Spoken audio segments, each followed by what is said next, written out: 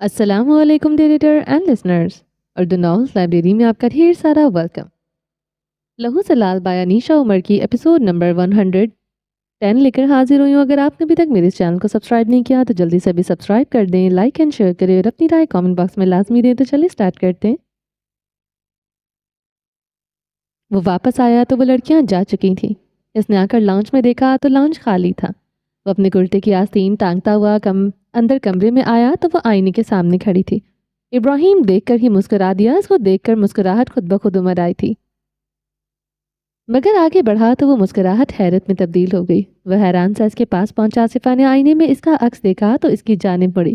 اس کا دوپٹہ ایک کندھے پر جھول رہا تھا، مگر ابراہیم اس کی کلائیاں دیکھ رہا تھا جن پر مہندی کے نقش و نگار اس قدر خوبصورتی سے بنائے گئے تھے کہ وہ داغ بھی کوئی مہندی کا ڈیزائن ہی معلوم ہوتے تھے۔ وہ حیرت زدہ سا مسکرایا اور یوں ہی سوالیہ نظروں سے اس کو دیکھے گیا۔ صفا نے مسکرا کر اپنی ہتھیلی دونوں ہتھیلی اس کے سامنے کی۔ کیسی لگ رہی ہے؟ اس نے شوق سے لہجے میں پوچھا۔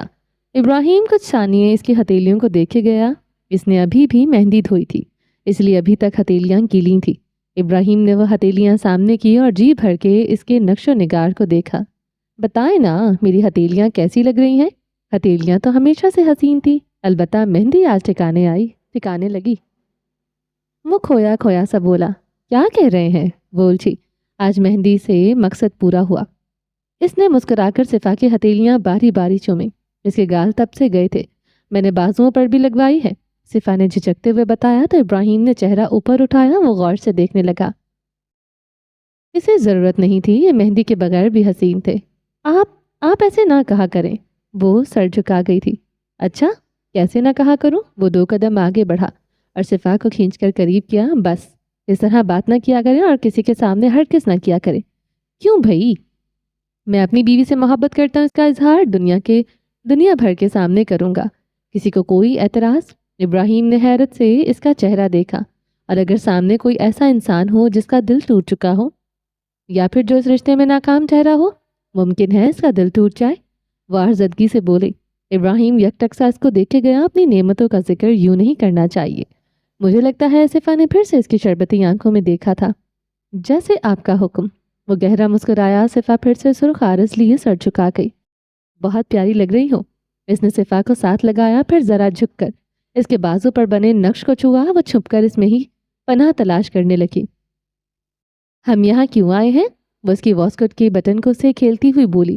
بتاتا ہوں، کہتے اس نے ڈریسنگ ٹیبل کی دراز سے ایک ہی فائل نکالی اور اس کو تھما دی۔ صفا نے الجھ کر وہ فائل دیکھی۔ یہ کیا ہے؟ اس نے ناسمجھی سے پوچھا۔ یہ تمہارا حق ہے، آج سے، ابھی سے یہ فارم ہاؤس تمہارا ہے۔ یہ صرف اور صرف صفا قریشی کا ہے۔ ابراہیم نے بات مکمل کی تو صفا نے غیر یقینی سے دیکھا۔ یہ گھر صفا قریشی کا ہے؟ اس نے اپنی بات پر زور دیا۔ وہ گھر سفیان گورسی اور منال افندی کا ہے، اور یہ گھر صفا قریشی کا ہے؟ صفا کی آنکھوں میں غیر یقینی سی تھی۔ صفا ابراہیم کا؟ صفا نے تصحیح کرنا لازمی سمجھا۔ نہیں، یہ گھر صفا قریشی کا ہے، یہ صرف اور صرف تمہارا ہے۔ جس دن تمہیں لگے کہ تمہیں ناراض ہو کر کہیں جانا ہے تو تم خیام قریشی کے گھر نہیں جاؤ گی، تم اپنے گھر آؤ گی۔ یا پھر اگر تمہیں کوئی کہے کہ عورت کا کوئی گھر نہیں ہوتا تو تم اس دن اس گھر کو یاد کر لینا۔ یہ گھر صرف اور صرف صفا قریشی کا ہے، اس پر ابراہیم گورسی کا کوئی حق باقی نہیں۔ اس کے تمام جملہ حقوق صفا قریشی کے پاس ہیں۔ اگر کل کو تم مجھ سے الگ ہو بھی جاتی ہو۔ بات کرتے کرتے اس نے صفا کے بگڑتے تاثرات دیکھے۔ اس نے جلدی سے کچھ کہنے کے لیے لب وا کیے، مگر ابراہیم نے اس کو لبوں پر انگلی جما دی۔ پھر بھی اس گھر کی مالک تم رہو گی، کیونکہ یہ گھر ابراہیم کی بیوی کا نہیں ہے، یہ صفا قریشی کا ہے۔ اب تک صفا کی آنکھیں نم ہو چکی تھی، خوشی سے، سرشاری سے، تشکر سے، مان سے، محبت سے اور آخری بات کے کرب سے۔ وہ بھلا اس سے الگ کیسے ہو سکتی تھی؟ اس نے خفگی سے ابراہیم کے سینے پر مکہ مارا۔ وہ ہنس دیا۔ گھر کے پیپرز ہاتھ میں آتے ہی شوہر پر تشدد شروع کر دیا بیگم، ناٹ فیئر۔ ہنستے ہوئے اس کو اپنی پناہوں میں قید کر کیا۔ صبح طلوع ہو رہی تھی اور وہ اس وقت اپنے لاؤنج میں تیار سا بیٹھا تھا۔ اپنا ٹیب کھولے وہ کوئی نیوز پڑھ رہا تھا جب وہ آ کر ساتھ بیٹھی۔ ایک ڈارک براؤن کفتان زیب تن کیے، بالوں کو اسٹریٹ کر کے کھلا چھوڑے، کلائیوں میں ہمیشہ کی طرح نفیس سی جولری پہنے وہ شاندار لگ رہی تھی۔ حسن نے دفتن گردن موڑ کر دیکھا۔ وہ مہم سا مسکرا دیا۔ کیا دیکھ رہے ہو؟ اس نے ٹیپ پر نگاہ ڈالی۔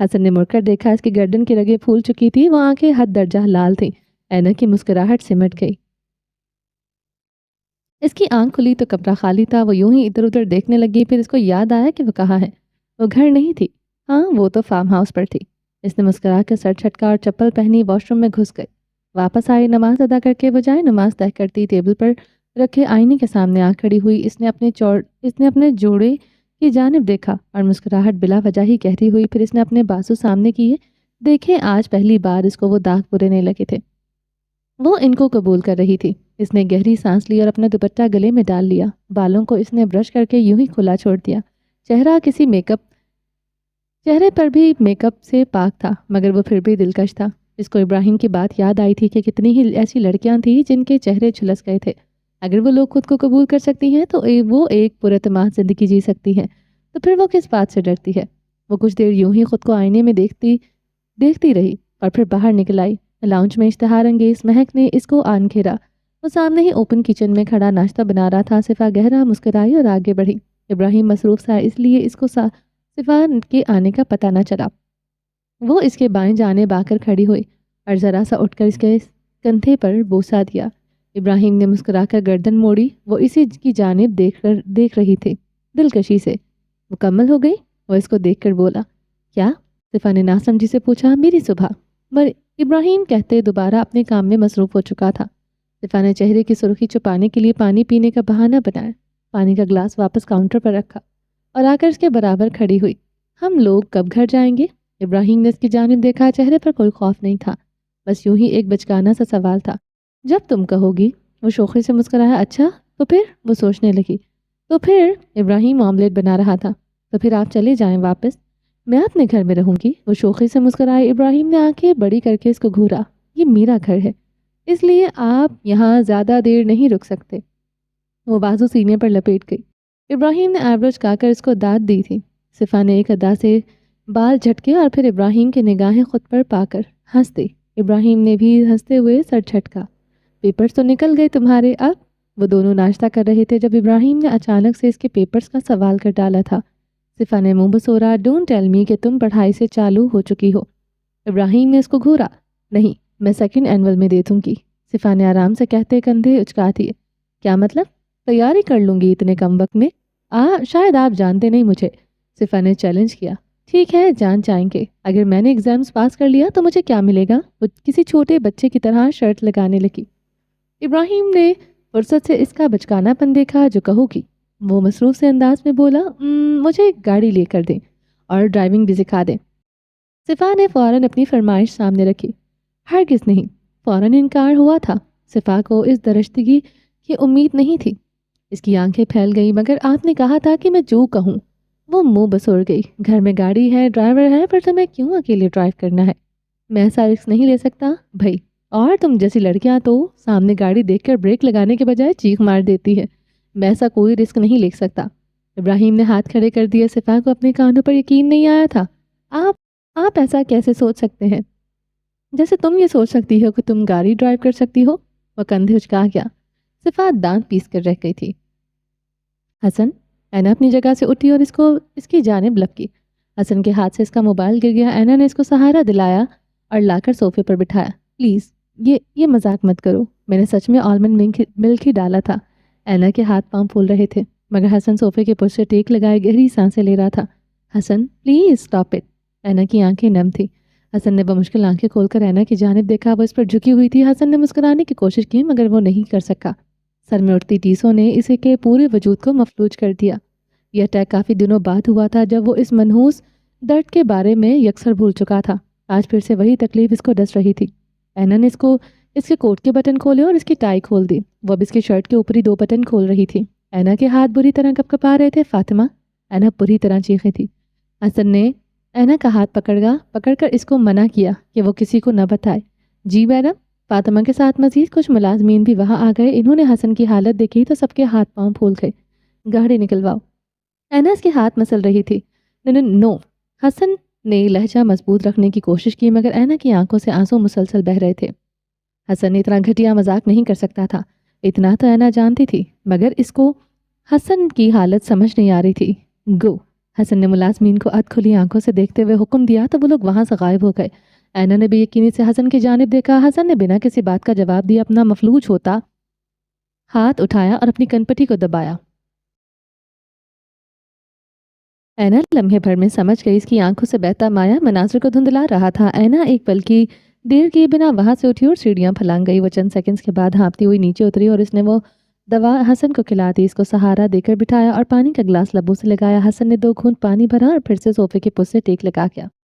اینا نے گلاس واپس رکھا اور ایک ہاتھ سے اس کا سر دبانے لگی۔ اس کے نرم مومی ہاتھوں کا لمس حسن کے اندر رفتہ رفتہ سکون اتار رہا تھا۔ 10 منٹ میں اس کی حالت سنبھل چکی تھی۔ حسن نے گہری سانس لی اور آنکھیں کھول کر ساتھ بیٹھی پریشان حال لڑکی کو دیکھا جو رو رو کر پاگل ہو چکی تھی۔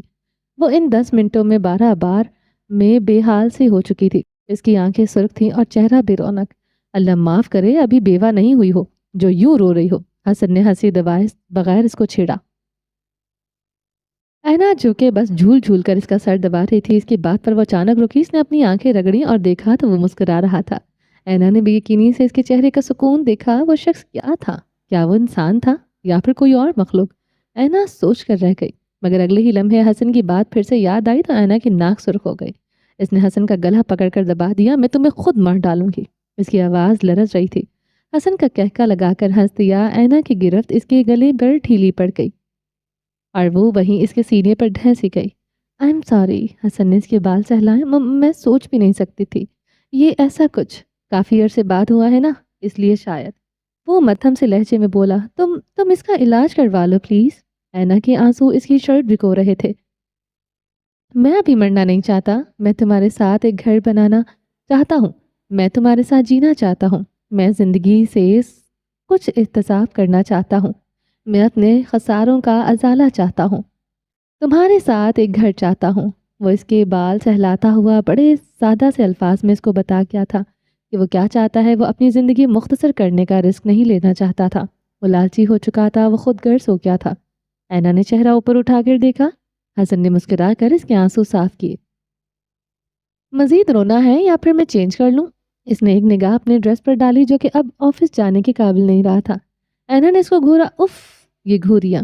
وہ مصنوعی انداز میں آنکھیں موند گیا۔ اینا نے مسکرانا چاہا مگر دل میں بار بار ہال اٹھ رہے تھے۔ آج آفس نہ جاؤ، وہ منمنائی۔ حسن نے آنکھیں کھول دی۔ وہ اس کے چہرے کو بغور دیکھے گیا، وہ اس کی جانب ملتجی نگاہوں سے دیکھ رہی تھی۔ آج پھر سے اینا کی آنکھیں کشکول پھیلائے ہوئی تھی، اس ڈر سے کہ کہیں راستے میں کوئی حادثہ نہ ہو جائے۔ ہم گھر میں قید نہیں رہ سکتے۔ حسن نے اس کے گال پھر سے صاف کیے۔ تو پھر علاج کروانے سے کیوں ڈرتے ہو؟ اینا نے فوراً اس کی بات پکڑی تھی۔ کروا لو آپریشن۔ اس نے جیسے سارا ملبہ اینا پر گرا دیا تھا۔ اینا کا سارا خون نچڑ گیا تھا، چہرہ سفید پڑ گیا اور کیسے اتنا بڑا فیصلہ اینا پر ڈال سکتا تھا۔ وہ بے بسی سے اپنا گال اس کے سینے پر ٹکا گئی۔ حسن مسکرا دیا۔ فیصلے مشکل ہوتے ہیں، فیصلوں کا بوجھ اٹھانا مشکل ہوتا ہے۔ یہی فیصلہ کوئی اور لے تو ہم اس کا ساتھ دینے کو تیار ہو جاتے ہیں، کیونکہ پھر غلط نتیجے کا بوجھ ہمیں نہیں اٹھانا پڑتا، بلکہ جو فیصلہ کرتا ہے سارا ملبہ اسی پر آتا ہے۔ تم برے ہو، بہت برے۔ اینا منمنائی۔ حسن ہنس دیا۔ کلاس روم میں ایک ہیزل آنکھوں والی لڑکی اپنی سیٹ پر بیٹھی تھی۔ اس کے ساتھ ایک لڑکی آ کر بیٹھی۔ بریک کا وقت تھا، اس لیے زیادہ تک کلاس خالی سی تھی۔ میرا نام حیات ہے، اس بچی نے اپنا تعارف کروایا۔ سلویٰ۔ ہیزل آنکھوں والی لڑکی نے بھی اسی انداز میں مسکرا کر اپنا تعارف کروایا۔ تم لوگ کہاں سے آئے ہو؟ حیات نے الجھتے ہوئے پوچھا۔ ہم لوگ گھر سے آتے ہیں۔ سلویٰ نے کندھے اچکا دیے تو حیات جو کہ اس کی ہم عمر معلوم ہوتی تھی منہ پر ہاتھ رکھ کے ہنس دے۔ مگر تمہارا ایڈمیشن لیٹ ہوا ہے، کیا تم کسی اور ملک سے آئی ہو؟ وہ دونوں عربی میں بات کر رہی تھی، اس لیے حیات کو اندازہ نہیں ہوا تھا کہ سلویٰ کس ملک سے آئی ہے۔ ہاں، میں فلسطین سے آئی ہوں، سلویٰ نے آنکھوں میں چمک لیے بتایا تو حیات کے چہرے پر دوستانہ مسکراہٹ تھی۔ وہ سمت سی گئی، اب وہاں بیزاری سی تھی۔ اچھا چلو میں چلتی ہوں۔ وہ اٹھنے لگی۔ کیوں، کیا ہوا؟ کیا تمہیں میری دوستی پسند نہیں آئی؟ سلویٰ نے مسکرا کر پوچھا تو حیات رک گئی۔ یہ بات نہیں ہے، دراصل تم لوگوں کے ملک میں جنگ لگی رہتی ہے اور جو لوگ جنگ زدہ ملک سے آتے ہیں وہ کہتے کہتے حیات خاموش ہوئی۔ بات جاری رکھو، سلویٰ نے مسکرانے کی کوشش کی۔ وہ لوگ کافی شدت پسند ہوتے ہیں، ماما ایسا کہتی ہے کہ وہ لوگ پھر جہاں پناہ لیتے ہیں وہیں کے مکینوں کا نقصان کرنے لگتے ہیں، حیات نے جھجکتے ہوئے بتایا۔ سلویٰ کی رہی صحیح مسکراہٹ بھی غائب ہو چکی تھی۔ اور یہ بھی کہ وہ لوگ غریب ہوتے ہیں، ان کے پاس کھانے پینے کو بھی کچھ نہیں ہوتا، اس لیے ہمیں ان سے دوستی نہیں کرنی چاہیے، ہمیں اپنے جیسے لوگوں سے دوستی کرنی چاہیے۔ حیات نے اپنی ماں کی بات منوعن دہرائی تھی۔ سلویٰ کے چہرے پر غیر یقینی تھی۔ تو کیا وہ لوگ ان لوگوں کی نگاہ میں اس قدر حقیر تھے؟ اس کے حلق میں شدید درد اٹھا تھا اور دھماکوں کا شور برداشت کر لیا کرتی تھی، مگر ان الفاظوں کے تیر نہیں جنہوں نے اس کا کلیجہ کاٹ کر رکھ دیا تھا۔ اس لیے وہ ہمیشہ غزہ واپس جانے کی بات کرتی تھی، کیونکہ اپنا ملک ہی انسان کا اپنا ہوتا ہے۔ اپنے ملک میں انسان کی شناخت ہوتی ہے، اس کی عزت ہوتی ہے۔ اپنا ملک اپنے گھر کی طرح ہوتا ہے، جو بھلے ٹوٹا پھوٹا ہو، مگر ہم وہاں اپنی مرضی سے جی سکتے ہیں، مسکرا سکتے ہیں اور رو بھی سکتے ہیں۔ سلویٰ کو آج پھر سے غزہ کی یاد آئی تھی، جہاں وہ لوگ خیموں میں بھی مسکرایا کرتے تھے، جہاں کوئی ان کو حقارت کی نگاہ سے نہیں دیکھتا تھا، جہاں کوئی ان کو ایک تھریٹ نہیں سمجھتا تھا۔ میں چلتی ہوں، حیات ایک مسکراہٹ سے سجائے وہاں سے چلی گئی۔ سلویٰ کو سوچو کہ تپتی بھٹی میں جھلسنے کے لیے وہ اب جلدی سے بڑی ہو جائے گی، پیسے کمائے گی اور اپنے ملک لوٹ جائے گی۔ وہ یہاں نہ تو کسی کی ہمدردی سمیٹنا چاہتی تھی اور نہ وہ کسی کی حقارت کو برداشت کر سکتی تھی۔ اس نے فیصلہ کر لیا تھا۔ خیریت ہے؟ آج بڑی خوش نظر آ رہی ہو؟ بینچ پر آیت بیٹھی پاؤں چلا رہی تھی۔ جب یاقوت کہتا ہوا اس کے پاس آ کر بیٹھا، آیت نے مسکرا کر اس کی جانب دیکھا اور پھر سے پاؤں جھلانے لگے۔ یاقوت گہرا مسکرایا، ایک بار پھر سے آیت کی نیلی آنکھوں میں چمک تھی۔ وہ ایسی ہی تھی، چھوٹی سی خوشی مل جاتی تو بڑے بڑے سے غم کو بھول جاتی تھی، اور کبھی کبھی چھوٹے سے دکھ کے سامنے بڑی بڑی خوشیوں کو نظر انداز کر دیا کرتی تھی۔ آج وہ خوش تھی، یعنی آج کے دن غم نظر انداز ہوئے تھے، اور یاقوت کے لیے یہ کافی تھا۔ ارے واہ، وہ تو بلو آئیز مجھ سے بھی چھپائیں گی، یاقوت نے شوخی سے کہا تھا۔ آیت نے گردن موڑ کر دیکھا اور اسی شوخی سے اس بات میں سر ہلا دیا۔ Well well well, that's not fair, Yaqoot نے تعصب سے کہا تھا۔ آیت نے منہ پر چھوٹا سا ہاتھ رکھے ہنسنے لگی۔ ہوا کیا ہے بتاؤ گی بھی؟ یاقوت اب بے تاب سا ہوا کہ آخر کون سی بات نے آیت کو اتنا خوش کر دیا تھا۔ آئی ایم شارپ مائنڈڈ، آیت نے پرجوش ہو کر کہا تو یاقوت نے آنکھیں سکیڑی۔ واٹ؟ اس کو کچھ سمجھ نہ آیا۔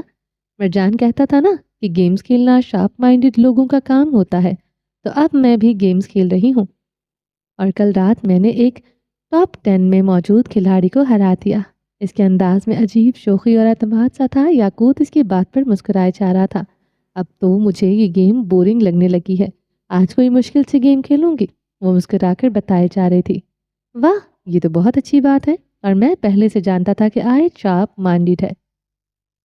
یاقوت نے کھل کر اس کی تعریف کی۔ آیت نے اسی انداز میں مسکراتے ہوئے یاقوت کو دیکھا۔ تمہاری آنکھیں بھوری ہیں، آیت نے غور سے دیکھا۔ تمہیں آج نظر آئی ہیں؟ یاقوت نے افسوس سے اس کی جانب دیکھا۔ نہیں تو، بس میں نے کبھی نوٹ نہیں کیا تھا۔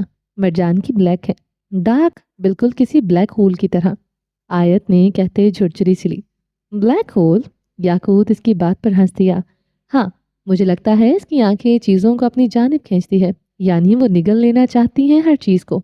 ہے یہیں رک جاؤ، یاقوت نے اس کو وہیں روک دیا۔ آیت نے اچنبے سے دیکھا۔ یہ باتیں اس کے سامنے مت کر دینا، وہ انتہائی سیلف آبسیسڈ آدمی ہے، سچ میں لوگوں کو نگلنا شروع کر دے گا۔ واٹ؟ آیت کھلکھلائی۔ یاقوت کی بات پر کھل کر ہنستی تھی، اور پھر کچھ دیر وہ بس ہنستی گئی۔ اچانک آیت کی نگاہ سامنے لان کی گھاس پر بیٹھے مرجان پر گئی، جو کہ گھٹنے پھیلائے منہ لٹکائے بیٹھا تھا۔ درخت کی چھاؤں میں بیٹھا تھا، مگر پھر بھی اس کے ماتھے پر اضطراب تھا، جیسے کہ گرمی کی شدت کا ہو۔ اس کو کیا ہوا ہے؟ آیت نے گردن موڑ کر دیکھا تھا۔ آج اس کو اس کی مارننگ کس نہیں ملی، اس لیے اس کا منہ لٹکایا ہوا ہے۔ ہاں، مارننگ کس؟ آیت حیرت سے ہنستی۔ ہاں، بابا اور صفا آنٹی کل ولیمے سے ہی کہیں چلے گئے تھے اور صبح تک واپس نہیں آئے تھے، اس لیے مرجان اپنی مارننگ کس کے بنا ہی اسکول آ گیا، اور اب اس کا دل نہیں لگ رہا ہوگا۔ اوہ، یہ تو بڑا ہوا، آیت نے ہنسی دبائی۔ اس نے سامنے ہنسنے کی غلطی نہ کر دینا۔ یاقوت نے اس کو گھورا تو آیت نے فوراً اس بات میں سر ہلاتے ہوئے ہونٹوں پر انگلی جما لی۔ وقت گزرتا جا رہا تھا، سب لوگ اپنے اپنے دائرے میں اپنے اپنے امداد میں گردش کر رہے تھے۔ ہر کسی کا محور الگ تھا، کسی کا محور اس کا شریک حیات تھا تو کسی کا محور اس کی زندگی کا مقصد تھا، مگر ان سب میں ایک چیز مشترک تھی، وہ تھی بہتری اور تعمیر نو۔ وہ لوگ ہر روز خود کو نئے سرے سے تعمیر کر رہے تھے، بیتے دن کے زخموں کی مرہم پٹی کرتے اور آنے والے دن کے لیے پر امید ہو جاتے تھے۔ وہ لوگ کہیں نہ کہیں سروائیو کرتے تھے، سروائیورس تھے، اس لیے وہ لوگ اب زندگی کی جانب گامزن تھے۔ وہ لوگ اپنے اپنے حصے کی خوشیاں بٹور رہے تھے۔ زندگی کا کاسا سب کے لیے یکساں تھا۔ وہ لوگ اپنی اپنی استطاعت کے مطابق کشکول بھر رہے تھے۔ کوئی زندگی سے مسکراہٹیں اچک رہا تھا تو کوئی خوشیاں، کوئی اپنی آنسوؤں کی تجارت ہنسی کے ساتھ کر رہا تھا تو کوئی زخموں کی تجارت مرہم کے ساتھ کر رہا تھا۔ وہ لوگ ہر روز خود کو بہتر سے بہتر بنانے کے لیے کوشاں تھے۔ ان کی زندگیاں ایک روٹ پر چل رہی تھیں جہاں فی الحال کے لیے سفر آرام دہ تھا۔ اگلے طوفان کے آنے سے پہلے بہار اپنے عروج پر تھی۔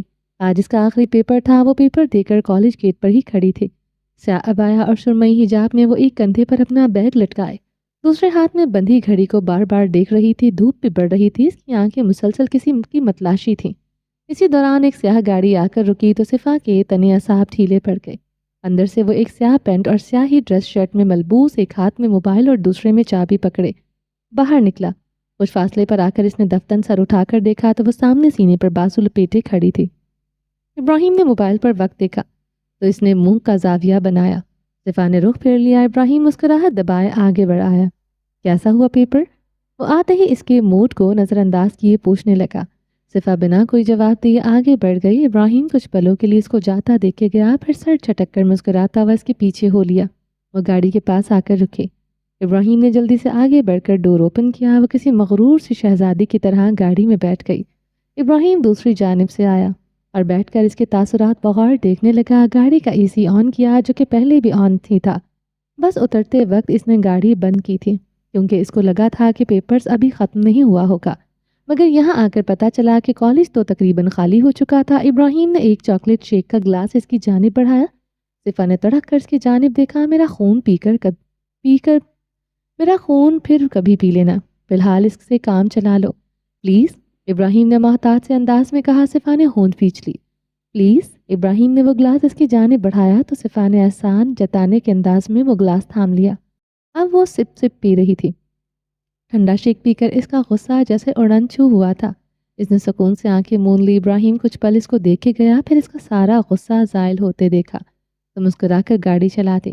دینا کو اسکول میں ایڈمیشن دلوا دوں، سوچ رہا ہوں، وہ یوں ہی بولا تھا۔ صفا نے اس کی جانب دیکھا۔ وہ ابھی چھوٹی ہے، وہ تو تم بھی ہو ابراہیم۔ صفا نے دانت بھینچے۔ ابراہیم کا کہکا گونجا۔ اچھا مگر پھر بھی اس کا ایڈمیشن تو کروانا ہے نا، وہ 5 سال کی ہو جائے پھر۔ صفا نے مزے سے کندھے اچکا دیے۔ واٹ؟ وہ پیچھے رہ جائے گی صفا؟ نہیں رہتی، میں اس کو گھر میں پڑھاتی ہوں، ہم لوگ ایک ساتھ بہت انجوائے کرتے ہیں، میں اس کو ابھی کسی اور ٹیچر کی ضرورت نہیں، صفا نے ضدی سے انداز میں کہا تھا۔ ابراہیم نے تعصب سے اس کی جانب دیکھا۔ دیکھو، وہ آ جایا کرے گی گھر، ویسے بھی پلے گروپ کو جلدی چھٹی ہو جاتی ہے، چند گھنٹوں کی تو بات ہے۔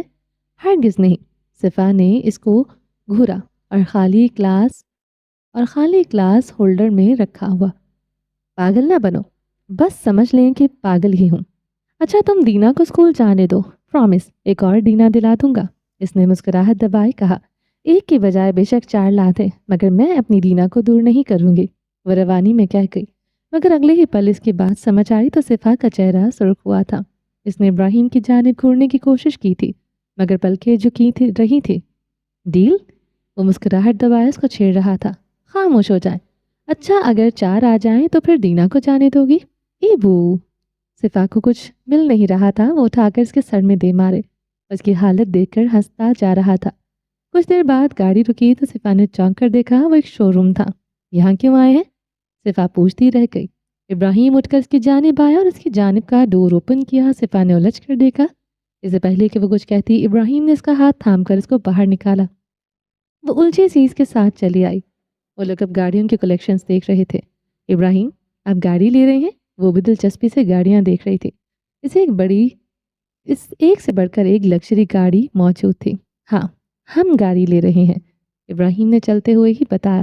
صفا کا ہاتھ مسلسل اس کے ہاتھ میں ہی تھا۔ سر ویلکم، مینیجر اس کے پاس آیا۔ میری وائف کے لیے گاڑی دکھائیں، وہ سنجیدہ سے انداز میں بولا تو صفا نے چونک کر دیکھا۔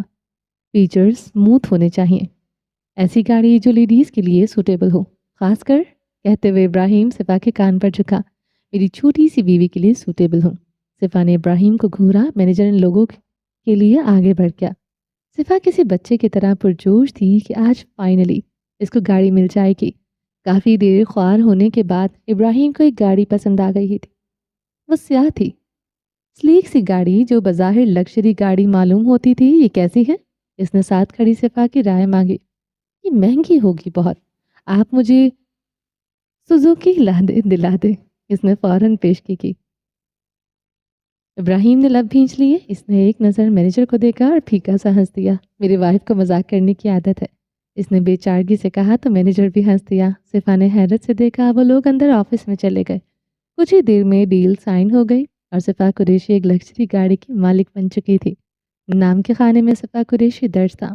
صفا نے سائن کرتے ہوئے ابراہیم کی جانب دیکھا۔ یہ سب کچھ صفا قریشی کا ہے، اس نے مسکرا کر کہا اور صفا کے ہاتھ میں پین تھمایا۔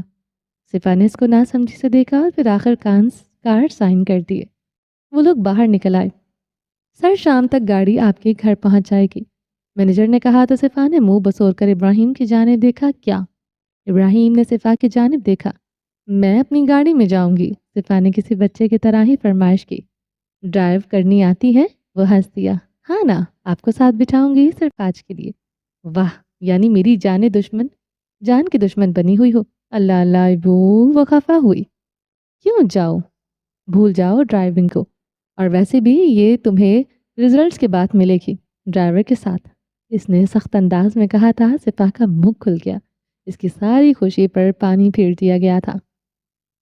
بالکل نہیں، بالکل ہاں، ابراہیم نے اس کا ہاتھ پکڑ کر کھینچا اور اس کو لے گیا۔ مینیجر پیچھے سے ہنس دیا۔ کم عمر بیویاں پالنا بھی کسی امتحان سے کم نہیں۔ مینیجر سر چھٹکتا اندر کی جانب بڑھ گیا۔ چلیں جی، باقی کا نیکسٹ ایپیسوڈ میں کنٹینیو کریں گے۔ امید ہے آپ کو یہ ایپیسوڈ پسند آئی ہوگی۔ اگر آپ نے ابھی تک میری چینل کو سبسکرائب نہیں کیا تو جلدی سے بھی سبسکرائب کر دیں، لائک اینڈ شیئر کریں اور اپنی رائے کامنٹ باکس میں لازمی دیں۔ اپنا ڈھیر سارا خیال رکھیے گا، تو ہم یاد رکھیے گا۔ ملتے ہیں نیکسٹ ایپیسوڈ کے ساتھ، تب تک کے لیے اللہ حافظ۔